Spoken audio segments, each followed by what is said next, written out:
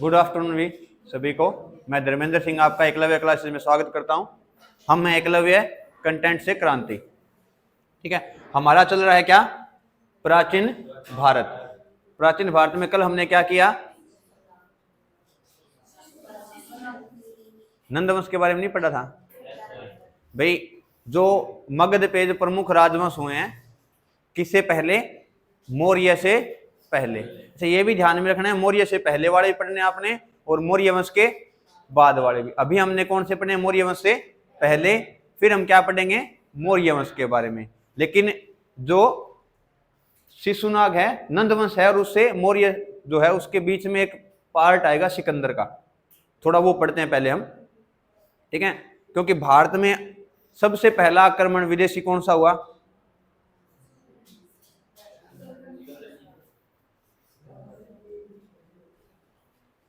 सबसे पहला विदेशी आक्रमण भारत पर सिकंदर। किस किस को लगता है सिकंदर था? देखो पता है, अगर आपके दिमाग में है तो कोई बात नहीं, ऐसे कर सकते हो आप, जिसको ये पता हो सिकंदर।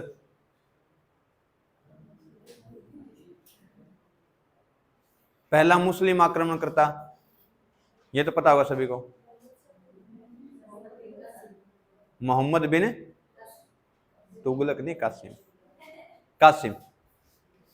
ठीक है, तो आज करेंगे हम किसके बारे में, भारत पे जो मौर्य से पहले, किससे पहले, मौर्य से पहले जो आक्रमण हुए हैं भारत पे, उनके बारे में थोड़ी सी चर्चा।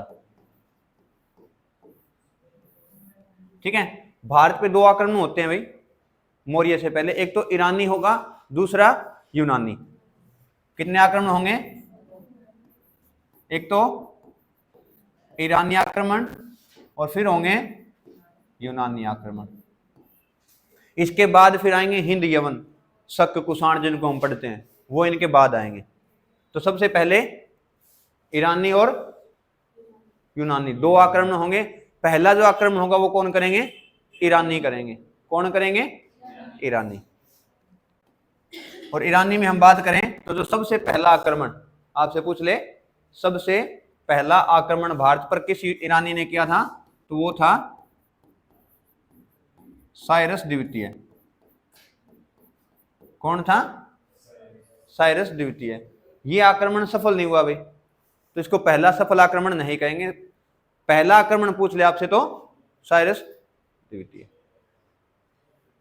ठीक है, अच्छा इसमें हुआ क्या, देखो भाई भारत का ये क्या था भी, हम 16 महाजन पद पढ़े हमने, सारे पढ़े। उनमें प्रमुख कौन हो गया, मगध। मगध ने जो आसपास का क्षेत्र था उस पे क्या कर लिया,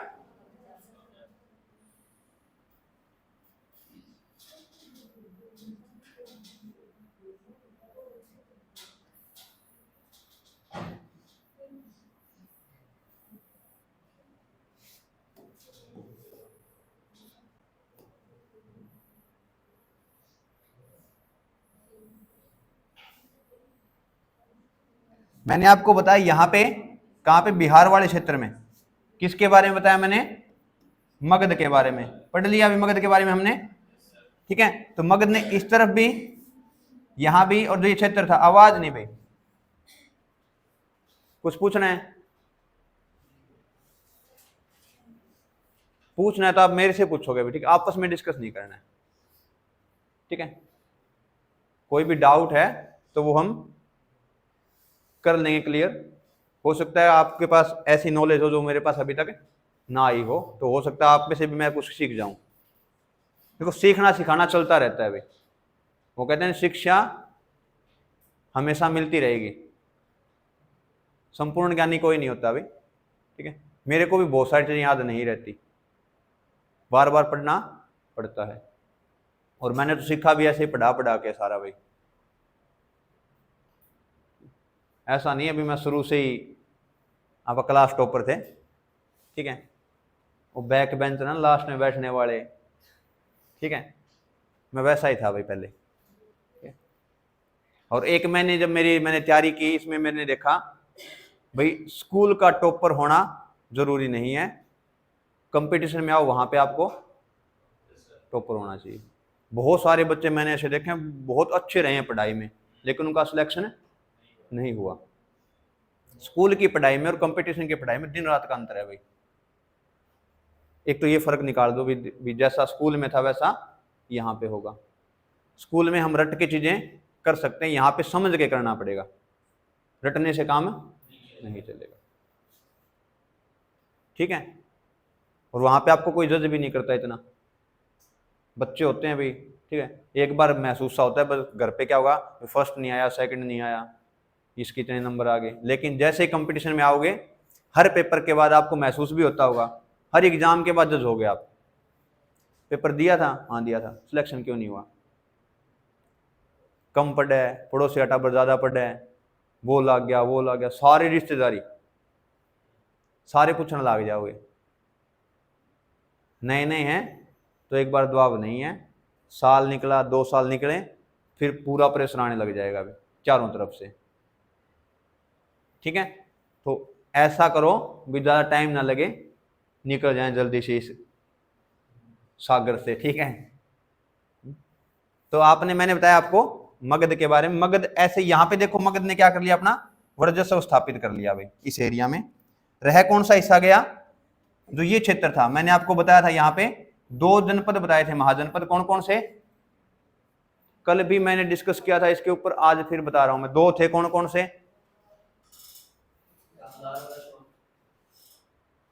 अस्मक कहां पे है,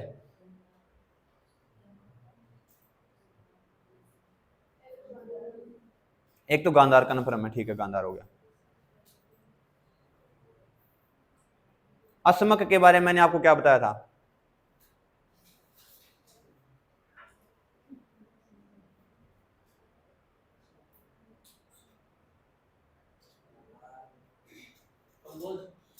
कंबोज, गांधार और कंबोज। अस्मक दक्षिण भारत का एकमात्र महाजनपद। ठीक है, ध्यान रखा करो मैप का, इसीलिए मैं लिखवाने को सीधा लिखवा देता सारे के सारे 16 के 16 मैप पे। मैंने क्यों बताया आपको, भी आपको ध्यान में रहे, जब भी हम किसी चीज का जिक्र करें तो हमें याद रहे भी हम कहाँ पे हैं। मैं सीधा लिखवा देता सारे 16 के 16, आपको राजधानी याद करवा देता। ठीक है, सीधा छोड़ दिया, काम खत्म। लेकिन जगह का देखो, अब फिर वापस कल भी जिक्र आया इसका, आज फिर जितनी बार भी जिस जिस शासन के बारे में पढ़ेंगे इन चीजों का जिक्र आएगा, तो ये याद करने जरूरी है। ठीक है भाई, तो कंबोज और गांधार। यहां पे क्या थी, अराजकता थी। अराजकता समझते हो, अराजकता का मतलब क्या होगा, भी कोई एक ऐसी सेंट्रल यूनिट नहीं है जो शासन करती हो, छोटे छोटे हिस्सों में क्या ये बंट गए। तो एक तो मगध पे शासन कर रहे कौन, जब किसका आक्रमण होगा, यूनानियों का और ईरानियों का। कौन करेंगे यहाँ पे, नंदवंश क्या कर रहा है, शासन कर रहा है, तो बहुत बड़े क्षेत्र पे कर रहे हैं ये। ठीक है, तो यहाँ पे क्या होगा, यहाँ पे हमला आसान होगा या जो छोटे छोटे टुकड़ों में वहां पे हमला आसान होगा, जहां पे छोटे हिस्सों में लोग रहते हैं वहां पर। तो दूसरा क्या कारण रहा इन हमलों का, आक्रमणों का, भी ये क्षेत्र मैंने आपको बताया था सारा, ये क्या है, यहां पे क्या पड़ता है अपने, कौन सा पर्वत है, हिमालय पर्वत।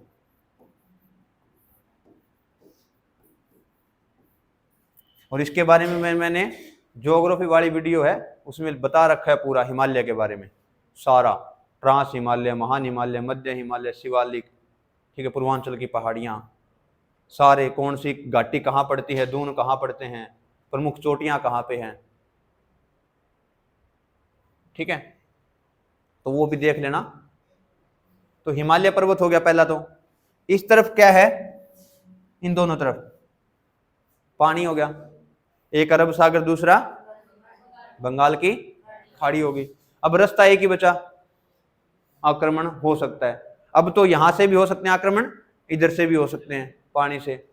ठीक है, पहले क्या था, भी इतनी सुख सुविधाएं नहीं थी लोगों के पास, या इतनी टेक्नोलॉजी थी वो इतनी एडवांस नहीं थी, भी पानी से क्या कर सकते वो आक्रमण। वैसे सिकंदर के पास नौसेना थी, ऐसी बात नहीं है, लेकिन जहां से वो आए थे वहां से नौसेना लेके आना ज्यादा मुश्किल था, सीधा आना आसान था। तो आक्रमण कहां से होंगे? इस साइड से। यहां पे मैंने पर्वत श्रेणी बताई आपको, अब ये भी नहीं देखा तो याद नहीं रहेगा।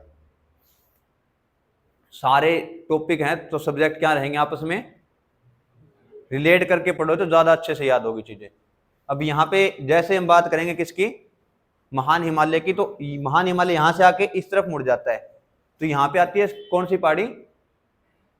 हिंदू कुश पर्वत आएगा। कौन सा आएगा? हिंदू कुश पर्वत। उसी में पड़ता है खैबर दर्रा। कौन सा दर्रा? दो दर्रे फेमस हैं भाई जब हम पढ़ेंगे इतिहास को, एक तो खैबर और दूसरा गोमल दर्रा। इतिहास के हिसाब से बहुत फेमस रहे हैं अभी दोनों। क्यों रहे हैं? क्योंकि जितने भी आक्रमण होंगे बाहर से, खास करके इस तरफ से, यूनान की साइड से, ईरान की साइड से या मध्य एशिया की तरफ से, वो सारे कहां से होंगे? इन्हीं खैबर दर्रों या गोमल दर्रों के बीच से। या तो वो खैबर दर्रे से आएंगे या गोमल दर्रे से आएंगे। दर्रा समझते हो क्या होता है? क्या होता है दर्रा?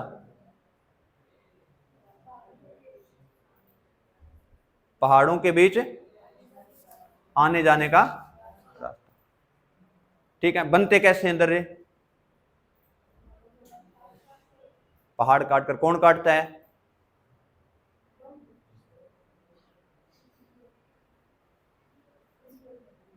क्या?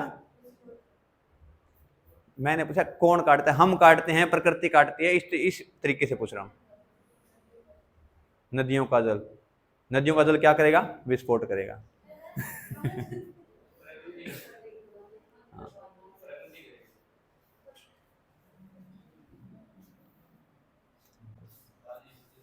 देख ऐसे क्या है? पर्वत है कोई, क्या है? पर्वत। यहां से क्या आएगी? नदियां बह रही हैं अभी। क्या हो रही हैं? नदियां।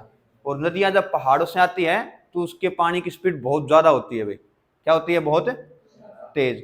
तो वो क्या करेगी? धीरे धीरे क्या करेगी? यहां से अब ये बह रही है तो धीरे धीरे क्या करेगी? इसको इस तरीके से काटना शुरू कर देगी। क्या कर देगी? काटना। और बीच में क्या बन जाए? इस तरीके से। और नदियां इस तरीके से यहां से बहनी। अब यहां पे क्या बन गया? एक गड्ढानुमा बन गया। इसको हम क्या कहेंगे? क्या कहेंगे? गोर्ज कहेंगे। जब ये नदियां यहां पर बह रही है, धीरे धीरे क्या हुआ? भी नदियों को क्या हुआ? कोई और रास्ता मिल गया या ऐसा कुछ हुआ, भी नदी ने क्या बदल लिया? अपना रास्ता बदल लिया। और ये जगह क्या होगी? फिर खाली होगी। यहां पे क्या हो गई? खाली। और लोगों ने क्या कर लिया? इस पे आने जाने का क्या बना लिया? अपना रास्ता बना लिया। इस रास्ते को हम क्या कहेंगे? दर्रा कहेंगे। ठीक है, तो समझ गए। अब आपसे पूछ ले गोर्ज क्या होता है और दर्रा क्या होता है? गोर्ज कब होगा? जब नदी बहेगी। नदी नहीं बहेगी, रास्ता बन जाएगा, वो दर्रा हो जाएगा। ठीक है,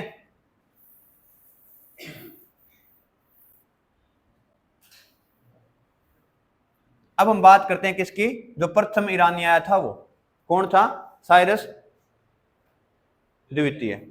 इसके बाद जो सबसे पहला जो आक्रमण होगा, जो सबसे प्रसिद्ध या सफल आक्रमण माना जाता है, वो माना जाता है डेरियस का। किसका?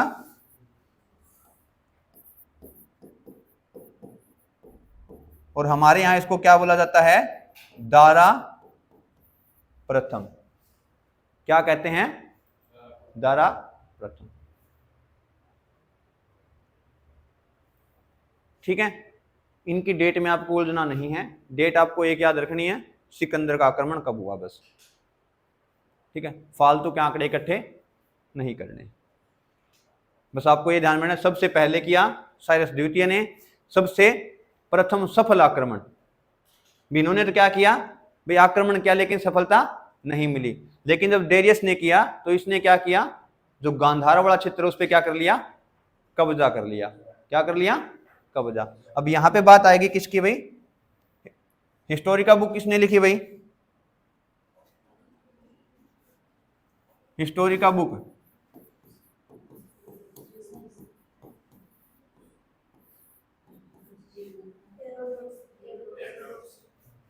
चलो याद तो आया।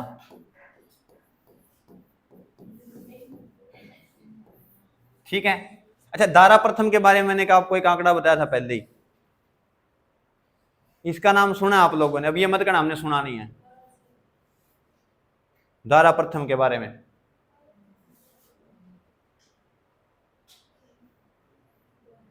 मैं बताऊंगा, फिर कहोगे हाँ सर बताया था। जब हमने डिस्कस किया था किसके बारे में, अभिलेखों के बारे में, ठीक है, तब मैंने कहा था भारत में अभिलेख किसने बनवाए, अशोक ने, शिलालेख अभिलेख। विश्व में सबसे पहली बार अभिलेख किसने बनवाए थे, ये लिखवाया था मैंने, दारा प्रथम, बताया भी था एक दिन, आपको ढूंढने के लिए भी दिया था, भी ढूंढ सको तो, ठीक है। तो दारा प्रथम ने क्या किए थे, सबसे पहले विश्व में क्या बनवाए थे, अभिलेख या शिलालेख, ठीक है। तो जो हिस्टोरिका बुक थी उसमें हेरोडोट्स ने लिख रखा है क्या, भी जो गांधार है वो ईरानियों का 20वां प्रांत था, ठीक है। गांधार क्या था, ईरानियों का 20वां प्रांत, और उनको यहां से 360 टेनेंट स्वर्ण मुद्राएं,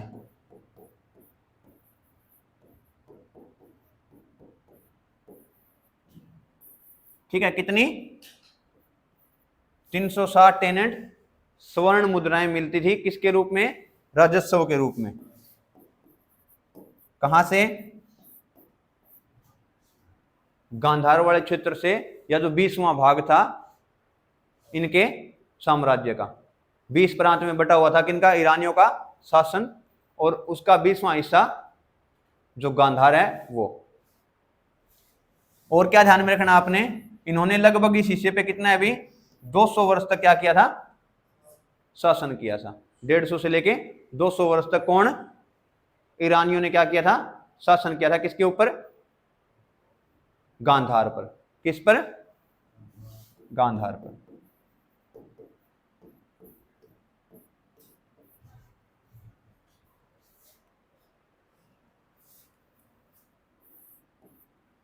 फिर क्या है भाई, ईरानी है, ईरानियों के बाद कौन आएगा भारत पर आक्रमण करने, यूनानी आएंगे, ठीक है। यूनानियों से आपने स्टार्ट करेंगे हम। पहले हमें इसके बारे में 2-3 चीजें और है, किन के बारे में, ईरानियों के बारे में। पहली तो क्या हुई भाई, इन्होंने एक रास्ता खोल दिया, क्या खोल दिया, रास्ता। अभी एक रास्ता ढूंढ लिया और लोगों के लिए जो क्या थे, मध्य एशिया से या वहां से जो आते थे, भी आक्रमण करना है तो आक्रमण के लिए क्या एक रास्ता ढूंढ दिया। जैसे वास्को डी गामा आया था भारत में, तो वास्को डी गामा से पहले एक जगह है केप ऑफ गुड होप, नाम सुना है, कहां है,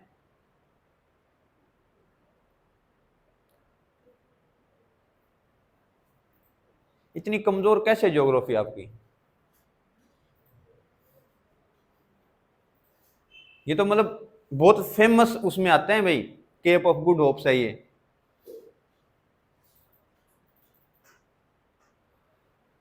अमेरिका की खोज किसने की थी,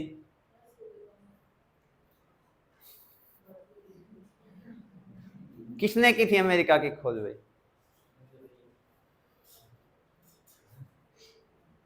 कब की थी,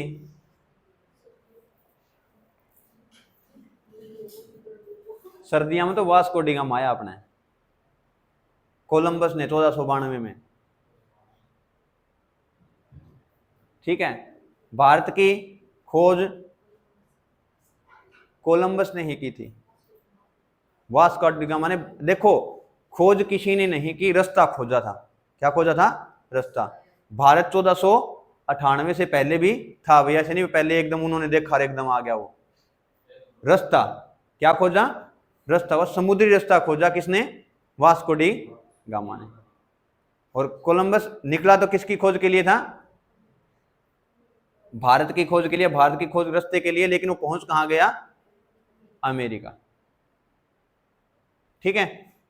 तो वास्को डी गामा से पहले केप ऑफ गुड होप्स है, जो अफ्रीका में पड़ती है। कहां पड़ता है, जैसे अफ्रीका महाद्वीप है इस तरीके से, तो बिल्कुल यहां पे टिप पे क्या पड़ता है, केप ऑफ गुड होप्स। 1487 में बार्थोलोमो डियाज एक व्यक्ति था, नाविक था, उसने यहां तक रास्ता खोजा था। किसने, ये हम जब जाएंगे आगे मध्यकालीन भारत के बाद कहाँ पे, आधुनिक भारत में, वहां पे हम इन चीजों को पढ़ेंगे, डिस्कस करेंगे इसके बारे में भी। तो बार्थोलोमो डियाज ने रास्ता खोजा था कहां तक, केप ऑफ गुड होप तक, मतलब अफ्रीका तक वो पहुंच गया था। वास्को डी गामा फिर क्या है, वहां तक तो रास्ता पता चल गया, आगे फिर भारत की तरफ निकल गया। ठीक है, वो भी उसने नहीं खोजा था रास्ता। मेडागास्कर के पास एक द्वीप था, वहां पे भारत का ही एक क्या था, नाविक था, वो आया हुआ था, वो उसको उस रास्ते लेके गया भाई। अपनी तरफ से ज्यादा एफर्ट नहीं करने पड़े थे किसको, वास्को डी गामा को, क्योंकि नया रास्ता खोजना और किसी के बने बनाए रास्ते पे चलना आसान होता है। ठीक है, तो ऐसा इन्होंने कर दिया भी, ईरानियों ने भी, और जो लोग थे उनके लिए क्या खोल दिए, रास्ता खोल दिया भी, आप यहां से क्या कर सकते हो, जा सकते हो, आक्रमण कर सकते हो। और ऐसी बात किसको पता चली फिर, अब सिकंदर को क्या था भी, मेरे को क्या बनना, जैसे सिकंदर राजा बनता, भी पढ़ेंगे सिकंदर के बारे में, तो सिकंदर भी क्या बनना चाहता था, विश्व विजेता, सभी को पता है ये। ठीक है, तो ये हो गया किसके बारे में, ईरानियों के बारे में। दूसरी बात आपने ध्यान में रखनी है, व्यापार था वो खुल गया। आप भाई देखो, नींद आ रही तो वहां बैठ जाओ आप दोनों उस क्लास कमरे में।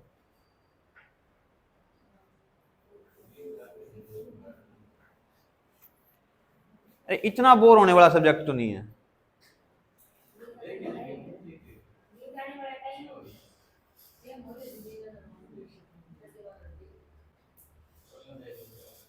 आदत जैसी, देखो शरीर का ऐसा ही है, जैसा डालोगे वैसा हो जाएगा। अभी क्या कर रखी है आपने, आदत डाल रखी है इस चीज की भी, हमें इस वक्त सोना है, बंद कर दोगे इस चीज को तो क्या है, नहीं आएगी नींद भाई। ठीक है, तो मैंने आपको बताया किसके बारे में, ईरानियों के बारे में। अब हम पढ़ेंगे किन के बारे में, तो दूसरा आक्रमण होता है, कौन करते हैं, यूनानी।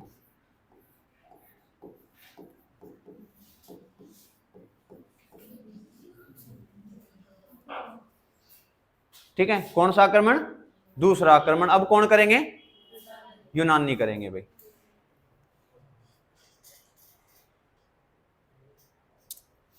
पूजा गेट बंद कर दे। यूनानी आक्रमण की बात करें तो सबसे पहले कौन का आएगा यहाँ पे, अपने यहाँ पे सिकंदर आएगा आक्रमण करने के लिए। कौन आएगा, सिकंदर। सिकंदर के पिता का नाम क्या था भाई, फिलिप द्वितीय। क्या नाम था, फिलिप द्वितीय। कहां का शासक था, यूनान में एक जगह पड़ती है मकदुनिया। कौन सी जगह, मकदुनिया का शासक था कौन, फिलिप द्वितीय। कब बना था,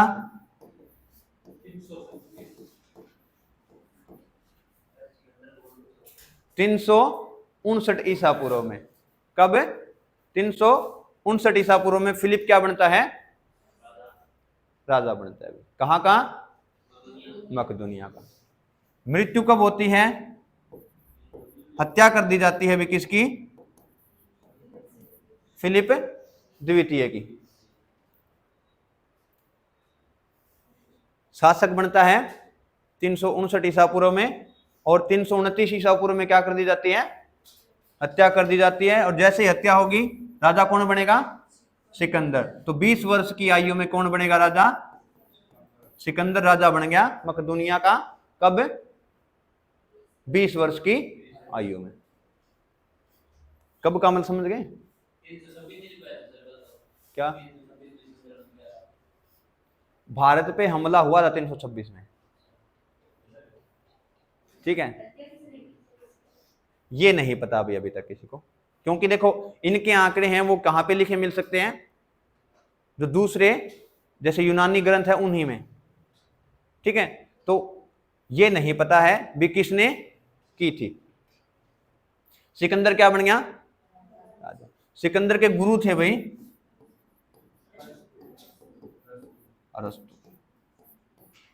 बहुत बड़े दार्शनिक। क्या हुआ, डाउट है, नहीं लगता है मेरे को। अरस्तु क्या थे, सिकंदर के गुरु थे भाई। अरस्तु के बारे में भाई कहा जाता है बहुत बहुत फेमस दार्शनिक थे भाई, यूनानी थे। लगभग सारे देखो दार्शनिक हैं ज्यादातर जो बहुत फेमस रहे वो कौन से रहेंगे, यूनान के फेमस रहेंगे भाई। ठीक है, अरस्तु के बारे में कहावत है भाई, ये अपने दर्शन शास्त्र से किसी को भी बदल सकते थे भाई। एक बार अरस्तु बैठे थे भाई कहीं पे, ठीक है, फिर नींद आने लग जाएगी। एक दो कहानी बता दूंगा बीच में, आगे से मैं कोशिश करूंगा भी कहानी थोड़ी और ज्यादा लेके आऊं, ठीक है। तो उसमें क्या है थोड़ा, हाँ, अरे ऐसे नहीं, जो सब्जेक्ट से रिलेटेड ही होंगी, हाँ, लाइन से हटके नहीं लेके आऊंगा मैं। ये नहीं भी काम आपा कहनी है होली आप गान दिवाली के लाग रहे हैं, ऐसा नहीं होगा। अरस्तु के बारे में कहा जाता है अरस्तु ऐसे, देखो पहले ये तो था नहीं भी बड़े बड़े जैसे अब विश्वविद्यालय, ऐसा सिस्टम नहीं था। लोग क्या करते थे, अगर किसी को शिक्षा देनी होती थी तो वो कहीं पे चौराहे पे किसी ऊंची जगह पे बैठ के क्या देते थे, अपने उपदेश, अपने दर्शन के बारे में जानकारियां देते थे। तो ऐसे ही अरस्तु के पास एक भटका हुआ युवक आता है, ठीक है, उसको क्या कर रखा था, घर वालों ने प्रेशराइज कर रखा था शादी के लिए, भाई शादी करनी है शादी करनी है। वो पीछा छुटा के घर से भाग गया। अब की तरह नहीं, अब की बात तो बोल दे करानी शादी करवाओ, तैयार हैं, ठीक है, लेके आओ। ऐसा वो लड़का गया किसके पास, अरस्तु के पास। तो उसके मन में दुविधा ये थी शादी के बारे में, भी शादी करूं या ना करूं। अब पूछे तो किसी ने किसी बड़े दार्शनिक से पूछें, और उससे पूछें जिसकी शादी हो रखी हो, ठीक है। तो अरस्तु का ये था भी, अरस्तु की अपनी बीवी के साथ बिल्कुल नहीं बनती थी, फुल झगड़ा, घर गए खाना नहीं मिला, ठीक है, नहाने के लिए पानी नहीं है, तो ऐसे हालात थे घर पे। तो हुआ क्या, भी अरस्तु से उसने पूछा, उसने सोचा भी अरस्तु शादीशुदा है, इतने बड़े दार्शनिक है, तो इनको तो शादी के बारे में बहुत ज्यादा नॉलेज होगी, भी परिवार कैसे चलाना है किस तरीके से। तो वो गया अरस्तु जी के पास, बोला भाई अरस्तु भी आप बताओ, भाई मेरे मन में एक दुविधा है, मैं शादी करूं कि ना करूं, आप ये बताओ मुझे शादी करनी चाहिए या नहीं करनी चाहिए। तो अरस्तु उसको जवाब देते हैं भी शादी करनी चाहिए, ठीक है, क्या कहते हैं, शादी करनी चाहिए। अगर पत्नी सही मिल गई तो गृहस्थ जीवन बहुत अच्छा चलेगा, आराम से जिंदगी निकल जाएगी। अगर गृहस्थी अच्छी नहीं चली तो हो सकता है तुम भी अरस्तु बन जाओ, ठीक है। तो अरस्तु देख बहुत फेमस थे भाई, वो अपनी बातों से सेटिस्फाई कर देते थे किसी को भी। मैंने एक दिन पहले भी बताया था, दर्शन शास्त्र के लोग ऐसे होते हैं, किसी भी चीज को वो हवा बना देते हैं भाई। इसके बारे में, इस बोर्ड के बारे में आपको ऐसा कुछ बताएंगे, वो आपके सामने होते हुए आपको ऐसा लगा भी बोर्ड है ही नहीं। दर्शन शास्त्र इतनी बड़ी चीज है। तो एक उनकी क्या होता है, उनको भी बातों का ऐसा प्रभाव होता है उनका, वो प्रभावी व्यक्ति होते हैं, वो किसी को भी प्रभाव में ले लेते हैं। तो सिकंदर के गुरु कौन थे, अरस्तु। अब चाणक्य थे, चाणक्य ने किसको बनाया, चंद्रगुप्त मौर्य को। ऐसे ही अरस्तु ने किसको बनाया, सिकंदर को। अब देखो चंद्रगुप्त मौर्य को जैसे हम पढ़ेंगे मौर्य में, उसमें बताऊंगा आपको भी, जंगल से उठा के एक छोटे से बच्चे को क्या बना दिया, पूरे अखंड भारत का राजा बना दिया। किसने, एक गुरु ने। तो ये क्या होती है, गुरु की महिमा, ठीक है। योग्यता हो अगर गुरु में तो वो शिष्य को कुछ भी बना सकता है। ऐसे ही अरस्तु ने क्या किया, सिकंदर को ये ख्वाब दिखाया भी ऐसे ऐसे पूरा विश्व है, विश्व को जीता जा सकता है। और 5% हिस्सा जीता था सिकंदर ने। फिर भी क्या किया, अरस्तु ने उसके इस तरीके से बताया भी हम क्या कर सकते हैं, पूरे विश्व को जीत सकते हैं। अब भारत के बारे में ऐसा लिखा हुआ था यूनानी ग्रंथों में भी, भारत बहुत प्रसिद्ध और बहुत क्या है भाई, अमीर देश है। अब हैं हम, कहते हैं भारत जब कब था, प्राचीन भारत की बात करें तो 2/3 जो संपदा थी वो केवल भारत में थी।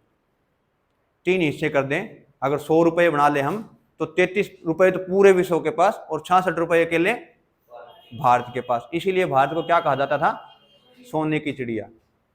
अब देख लो भाई कितना समृद्ध होगा, सोने के सिक्के चलते थे यूज करने के लिए, इतना समृद्ध भारत रहा है, ठीक है। तो ये सारी चीजें वहां पता थी लोगों को। तो अरस्तु ने किसको कहा, सिकंदर को कहा कि आप क्या करो, आक्रमण करो कहां पे?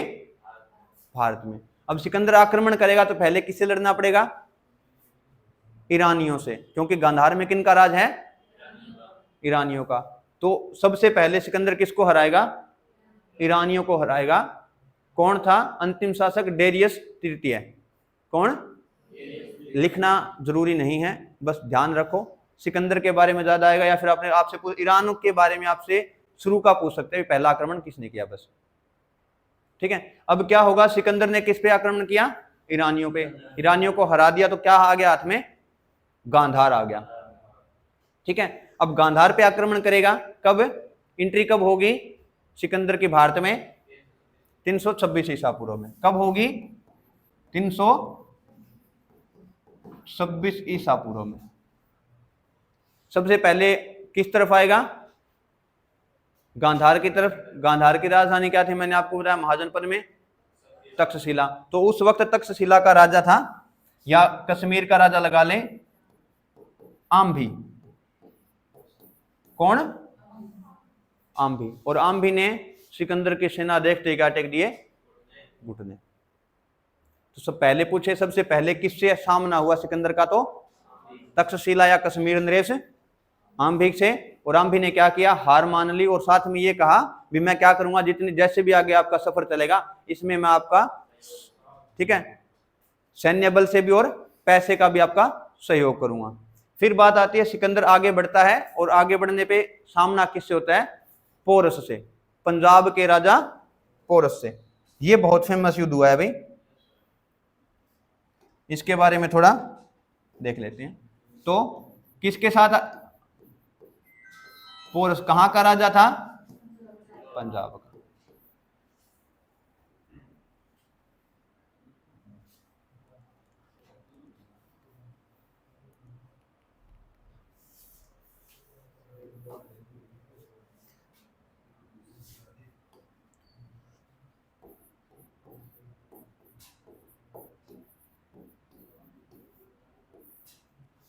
ठीक है। अब क्या हुआ? सिकंदर के पास कौन सी सेना है? खुद की भी है, और साथ में दूसरी कौन सी होगी? आम्भी की सेना। कुछ उसको मिल गया कहां से? ईरान से। तो सेना क्या होगी? बड़ी होगी। पोरस ने क्या किया? मना कर दिया। किसके लिए? भी मैं घुटने नहीं टेकूंगा, क्या करूंगा? मैं आपके साथ युद्ध करूंगा। जो पोरस का शासन था, किसका? पोरस का। वो कहां से? झेलम से चिनाब का जो क्षेत्र था, इसके बीच में किसका शासन था? राजा पोरस का। ठीक है। क्योंकि मैंने आपको बताया था पंजाब क्यों कहते हैं इस क्षेत्र को? 5 नदियों का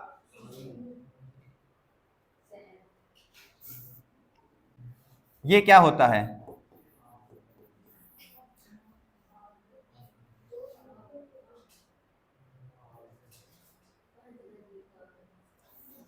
पांच नदियों का गांव।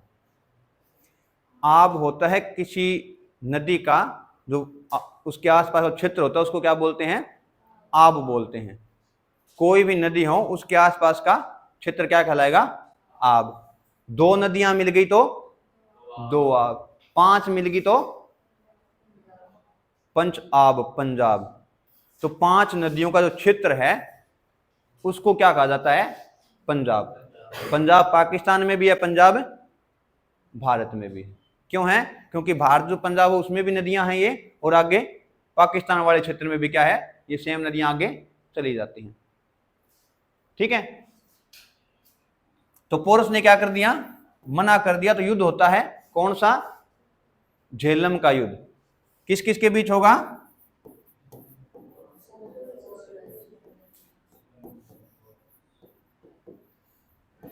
ठीक है, पोरस और सिकंदर के बीच।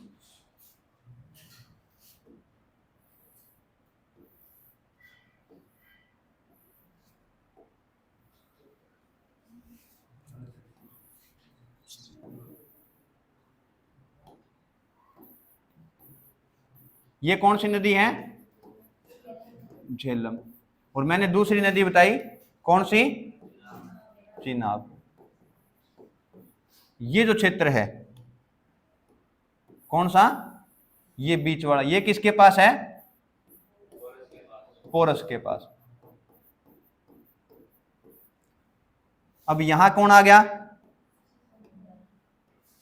इस तरफ आ गया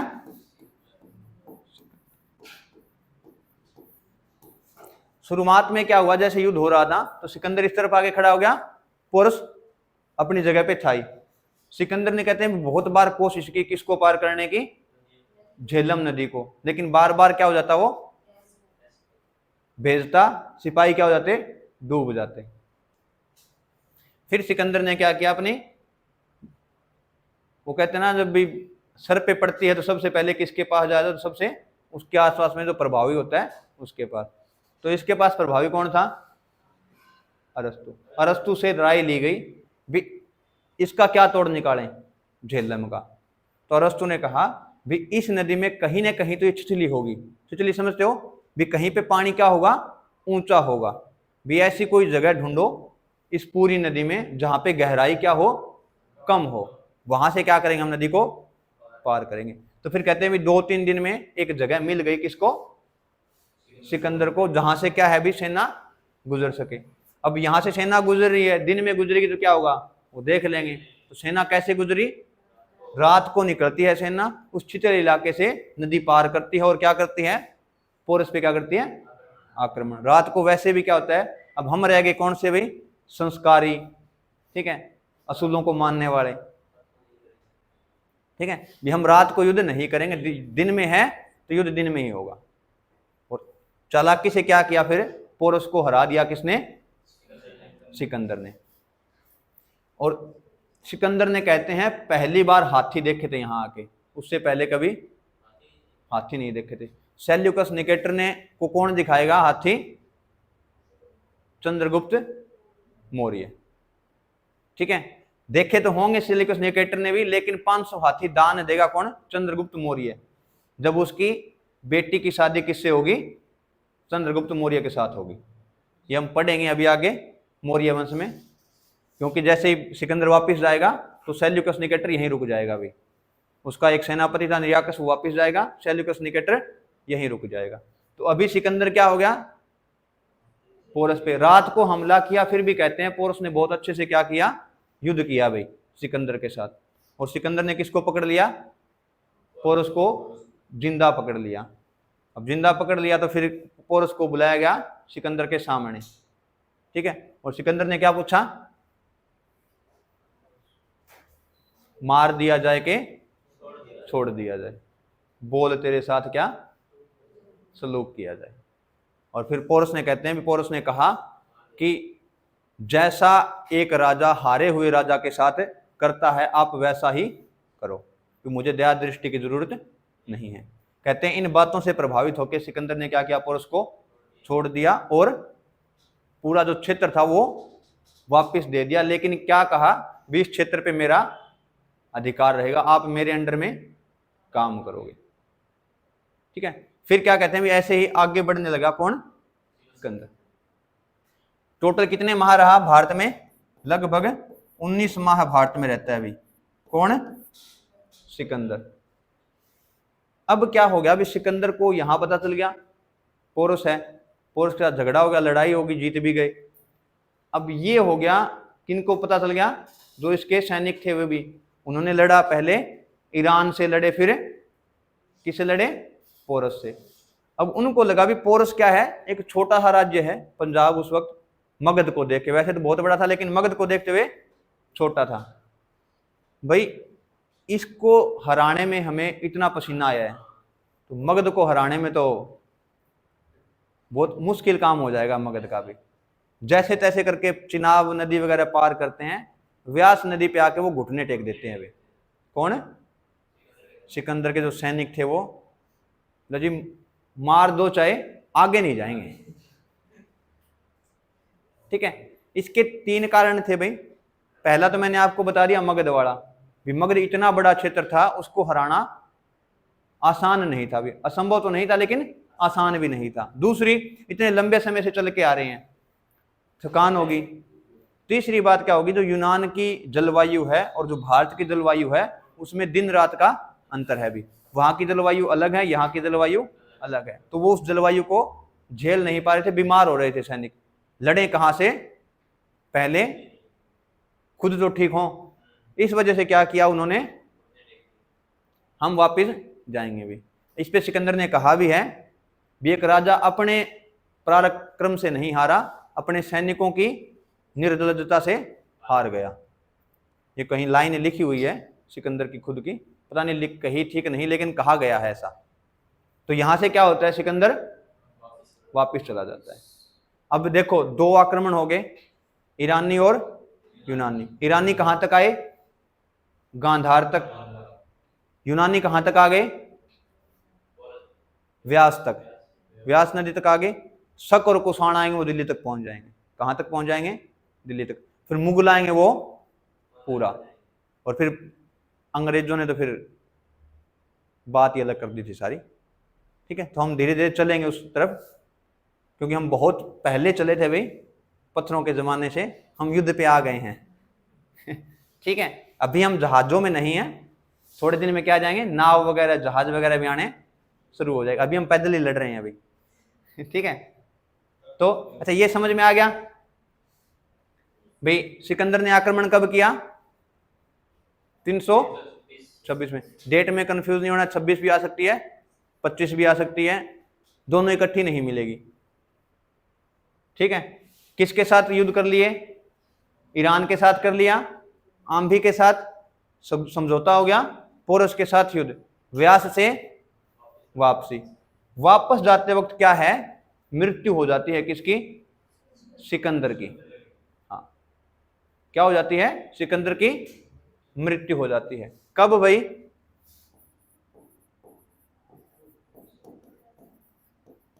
323 ईसा पूर्व में। कहां पे, एक जगह है बेबीलोन। कौन सी जगह, बेबीलोन में 323 को क्या हो जाएगी, मृत्यु हो जाएगी, किसकी, सिकंदर की। ठीक है, कहते हैं भाई, कोई तो कहता टाइफाइड से मर गया, कोई कहता भी लगातार इतने संघर्ष किए उससे मर गया। वो हमें वैसे नॉर्मल यही माना जाता है भी किससे, टाइफाइड से क्या हो गई थी, इसकी मृत्यु हो गई थी। अब क्या है, सिकंदर के बारे में आपने ध्यान में रखना है 2 चीजें। एक तो आपने ध्यान में रखना है, इसने 2 शहर बसाए थे भाई, एक तो निकैया और एक बुकाफेला।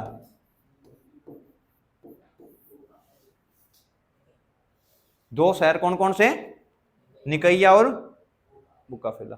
जब पोरस को हराता है उसकी खुशी में या उसकी याद में क्या बनाता है, निकैया। निकैया का मतलब होता है विजेता। क्या होता है, विजेता। ठीक है, और बुकाफेला क्या था, इसके घोड़े का नाम था, किसके, सिकंदर के जो युद्ध में मारा गया था, उसकी याद में कौन सा शहर बसाएगा, बुकाफेला। और अब क्या हुआ, बुकाफेला बसा दिया और निकैया। वापिस जा रहे हैं सारे सैनिक। तो कुछ सैनिक बोले भी जो राज्य जीत रखा है हम क्या करेंगे, वहीं रुक जाएंगे, आप चले जाओ। तो उनमें से क्या हुआ, कुछ यूनानी सैनिक भारत में ही रुक गए। उसका सेनापति था सेल्यूकस निकेटर। 2 याद रखने आपने, एक तो सेल्यूकस, ठीक है, और दूसरा निरियाकस। ये 2 याद रखने सेनापति। ये तो कौन सा था, जल सेना का भी, कौन सा, जल सेना का प्रमुख, और ये थल सेना का प्रमुख। ठीक है, निरियाकस तो क्या था, जल सेना का प्रमुख, और सेल्यूकस थल सेना का। सेल्यूकस के बारे में बहुत अच्छे से पढ़ेंगे यहाँ पर डिटेल में, क्योंकि जब चंद्रगुप्त मौर्य के बारे में हम पढ़ेंगे तब सेल्यूकस निकेटर का जिक्र आएगा। तो यहां पे कौन रहने लगे, यूनानी। और इन यूनानियों पे किसने राज करना शुरू किया, जो सेनापति था सिकंदर का, सेल्यूकस। तो जो यूनानी भारत में रुक गए थे उन पे शासन किसने किया, सेल्यूकस ने। और सिकंदर क्या चला गया वापिस, रास्ते में जाते वक्त क्या होगी, उसकी मृत्यु हो गई। 323 ईसा पूर्व, कहां पे, बेबीलोन में।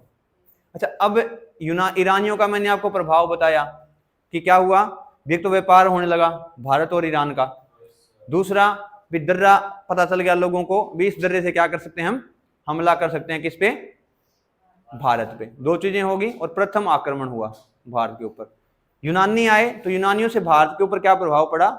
पहला तो वही वाणिज्य वाला आर्थिक प्रभाव जो पड़ना है वो। दूसरा आपने ध्यान में क्या रखना है भी भारत के अंदर किसकी संभावना बढ़ गई भी, एक पूरा साम्राज्य क्या होना चाहिए? समृद्ध होना चाहिए, एक साथ क्या होना चाहिए? उसके अंदर शासन करने वाला कोई होना चाहिए, वरना क्या करेगा? कोई ना कोई आक्रमण करता रहेगा। पहले जैसे कुछ ही सालों में क्या है, 2 आक्रमण हो गए, पहले कभी नहीं हुए। कौन कौन से? ईरानियों ने भी कर दिया, यूनानियों ने। हो सकता है कल कोई और भी आ जाए, आए भी गए भी, ठीक है। शक आएंगे, कुषाण आएंगे, फिर मुस्लिम आएंगे। तो जब जब भारत का जो पश्चिम उत्तर पश्चिमी जो हिस्सा है उस पे कमजोर पकड़ रही हुई है, उसी वक्त क्या हो गया? वहां पे आक्रमण हो गए हैं भाई, ठीक है। तो भारत को अगर एकीकरण की बात आएगी तो इस युद्ध ने क्या किया? इस बात पे जोर दिया भी क्या होना चाहिए? पूरे भारत के अंदर एकीकरण होना चाहिए। अगर एकीकरण नहीं होगा तो क्या होगा? कोई भी आक्रमण कर सकता है आके, ठीक है। दूसरा वाणिज्य के बारे में। तीसरा क्या है? एक लिपि है खरोष्टी। कौन सी लिपि है भाई? खरोष्टी। खरोष्टी लिपि भी कब बनी भाई? यूनानियों के आने के बाद। खरोष्टी किससे निकली हुई है? जो यूनानियों की लिपि है अरमाइक लिपि, ठीक है। अरमाइक लिपि से ही क्या बनी है? खरोष्टी लिपि। अरमाइक लोग लिपि को डिपी कहते थे भाई, ये आज वाली डिपी नहीं, ठीक है। लिपि को क्या कहते थे? ये डिपी बोलते थे। और भारतीयों ने क्या कहा? डिपी को लिपि कहना शुरू कर दिया। क्या कहना शुरू किया? लिपि। और ये क्या बोलते थे भाई? सै को है उच्चारित करते थे। तो सिंध को ये क्या कहने लगे? हिंद। हिंद से क्या बन गया? हिंदुस्तान। हिंदुस्तान, ठीक है। अब भी बोलते हैं भाई सै को है।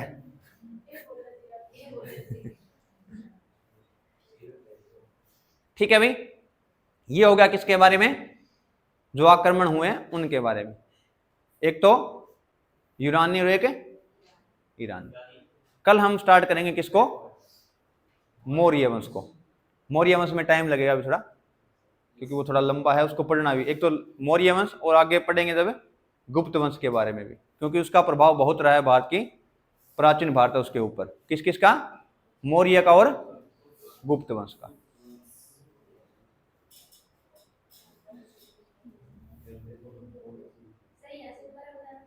कहां से पूछा है अभी?